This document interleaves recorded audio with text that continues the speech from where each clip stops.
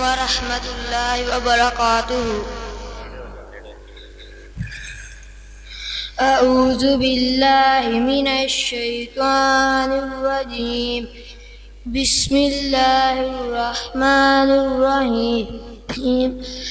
هل أتاك حديث الغاشية وجوه يومئذ خاشية عاملة ناصبة تصلى نارا حامية تسقى من عين آنية ليس لهم طعام إلا من ضريع لا يسمن ولا يغني من جوع وجوه يومئذ ناعمة لسعيها راضية في جنات عالية لا تسمع فيها